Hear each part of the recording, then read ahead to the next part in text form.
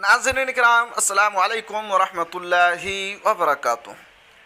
भोला संस्कृत और सलीम मदरसा बोर्ड के अध्यक्ष बने। जी हाँ नाजरीन, बिहार मदरसा बोर्ड और संस्कृत बोर्ड के मुतालिक बहुत ही बड़ी खबर है। खबर क्या है आपको शुरू से पढ़कर सुनाता हूँ। विधान परिषद के पूर्व उप सभापति सलीम परवेज मदरसा बोर्ड के चेयरमैन और पूर्व विधायक भोला यादव संस्कृत शिक्षा बोर्ड के अध्यक्ष बनाए गए हैं।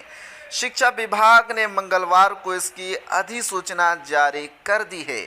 विधायक महबूब आलम, सैयद रुकनुद्दीन अहमद और विधान परिषद खालिद अनवर मदरसा बोर्ड के सदस्य बनाए गए हैं।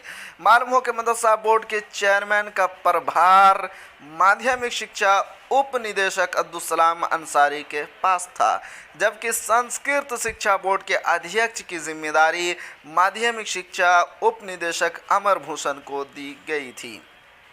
रियाजुल अल्पसंख्यक आयोग के अध्यक्ष बने। बिहार राज्य अल्पसंख्यक आयोग का गठन कर लिया गया है। पूर्व विधायक गोपालगंज के जिला राजद अध्यक्ष रियाजुल हक उर्फ राजू को अध्यक्ष बनाया गया है।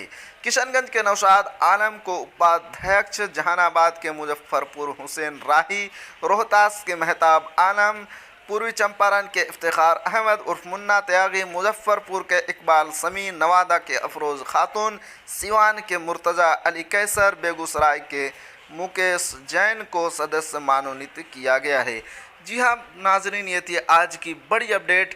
इसी तरह की अपडेट पाने के लिए अगर आप हमारे चैनल पर नए हैं तो हमारे चैनल को ज़रूर सब्सक्राइब कीजिए और बेल आइकन के घंटे को भी ज़रूर दबा दीजिए, क्योंकि मैं आपके लिए इसी तरह की खबरें लेकर आता रहता हूँ।